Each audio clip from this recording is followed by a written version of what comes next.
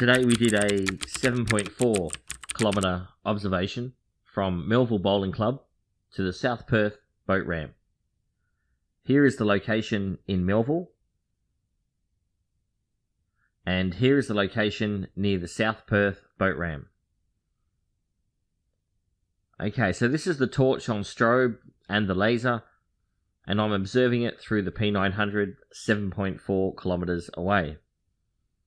This first bit of footage is just us setting up, getting all the cameras set up, and my assistant testing the laser and the torch. I think the laser and the torch are at waist level at this point. Notice how the torch and the laser cut straight through that distortion layer just above the water.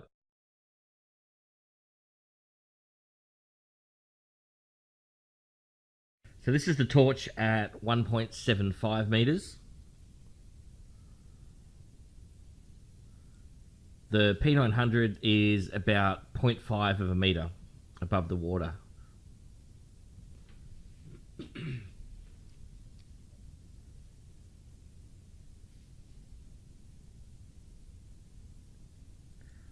Alright, so the torch now is down at 30 centimeters above the water.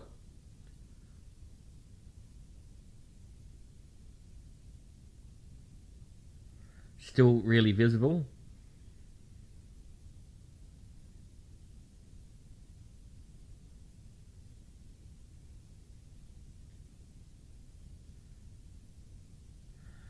And the torch now is dropped down to 10 centimeters above the water. It's basically laying flat on the sand about a foot up from the water edge. It's as low as we can get the torch, basically. Any lower and it'll just be in the water.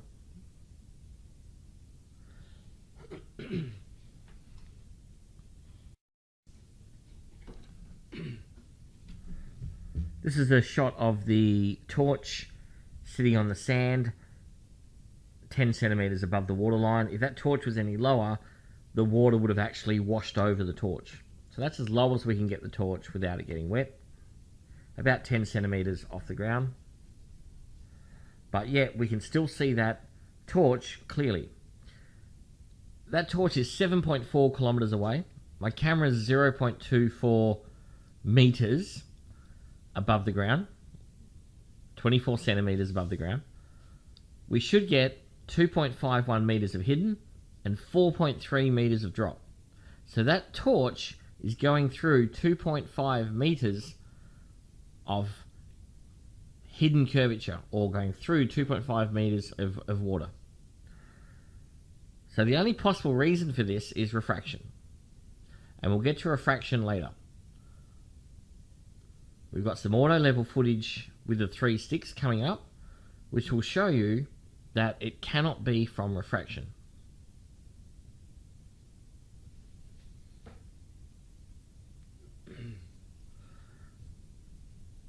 So now we've got the laser and the torch at about 10 centimeters off the ground. You can just see both of them.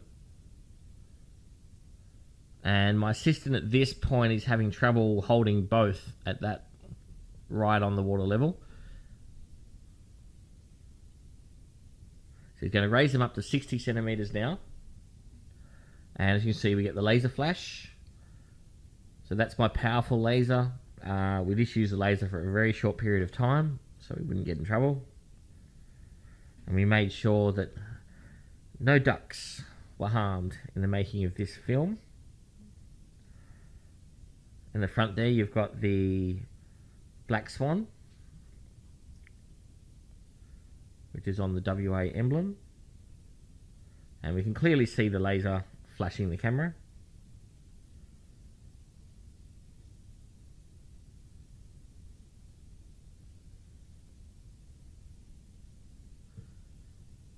And I just included this footage for the little ducks swimming past. I thought they were very cute. I wanted to include them.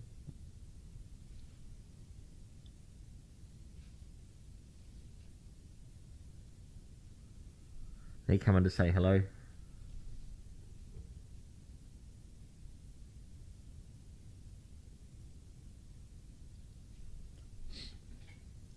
So we've got the torch starting up again, And I'm just getting him to turn it on, turn it off, put it on strobe, put it on high power. As you can see, it's cutting straight through that wavy distortion layer. So you try shining a torch into water and see if it goes through water. It doesn't. If the torch is visible, then it's above the water line. So that distortion layer you see is not the water line. The water line is that little line below the wavy distortion. And that is proven by the fact that the torch is running straight through that wavy distortion. So I'm just asking him now to put it on strobe.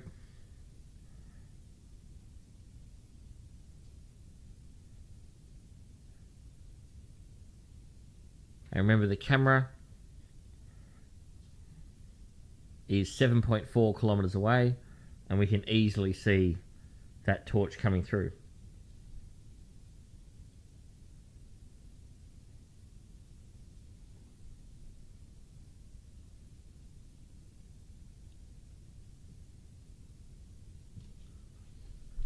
That's the 2400 lumen torch that I got from JCar. It's a very good alternative to the laser because it's legal, first of all, and you're not going to get in trouble using it. And it gives you a really easy target to look at. You don't need to aim it left or right. You can just turn it on, put it on strobe, and it's quickly and easily visible. Alright, so I hear some people saying, well, that's all just refraction around the curve. Alright, we'll bring on the 3 sticks and the auto level, and let's test that out. We should see 4.3 meters of drop from the parallel line to the water.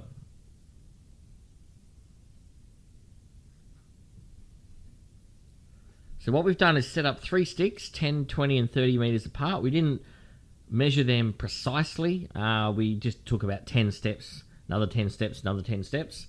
But we precisely measured them up with the auto level crosshair. After leveling the auto level, of course. And this is the view through the auto level using my phone camera.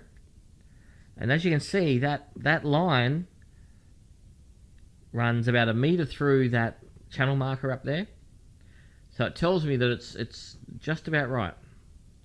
You can see here there's 4.3 meters of missing drop. That line is where I'm approximating the missing drop.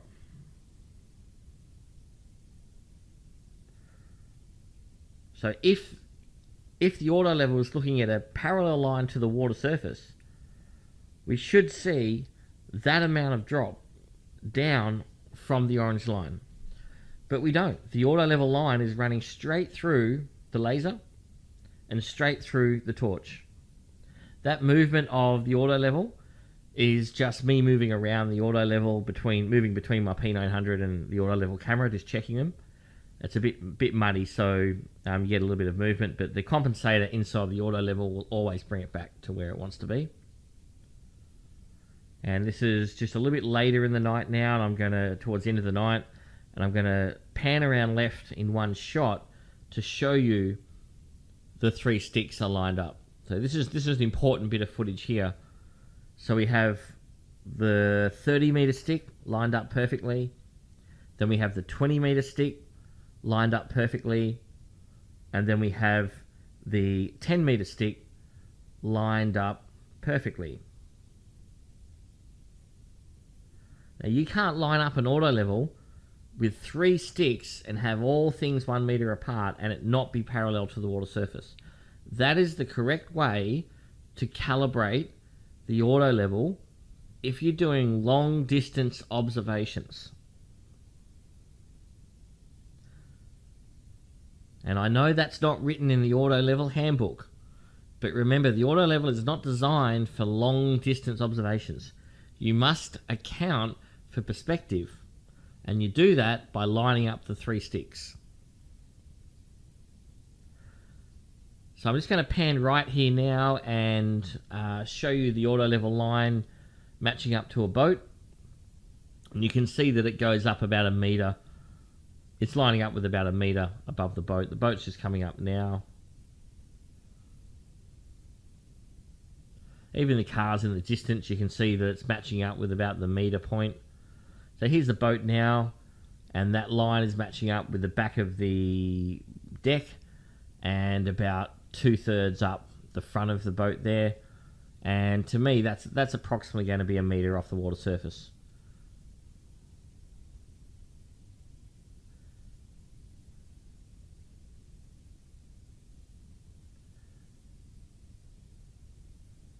You see it there. To me, that's pretty close to a meter above the surface for the boat. And when the water's really calm like this, as it was getting darker, it's starting to calm right out. It's really easy to tell. All right, so this is the last bit of footage that we're going to show you. And it's just some beautiful footage that we had at the end of the night. As you can see, all the lights from the buildings shining all the way back to us. And then on the left there, you can see the 3 sticks at the 10, 20, and 30 meter mark. And we zoom back in, just beautiful conditions. Following the lights all the way up to the city. And then around about this time, that distortion layer disappears. And now you can see all of the retaining wall. So for the people in the comments who were trying to tell me that the retaining wall wasn't visible, there it is right there. I'm hoping it's not too dark for the footage. On the right there, you can see the tree above the water surface. And as we pan back, beautiful conditions. And we end what was a great day for observations. Thanks for watching.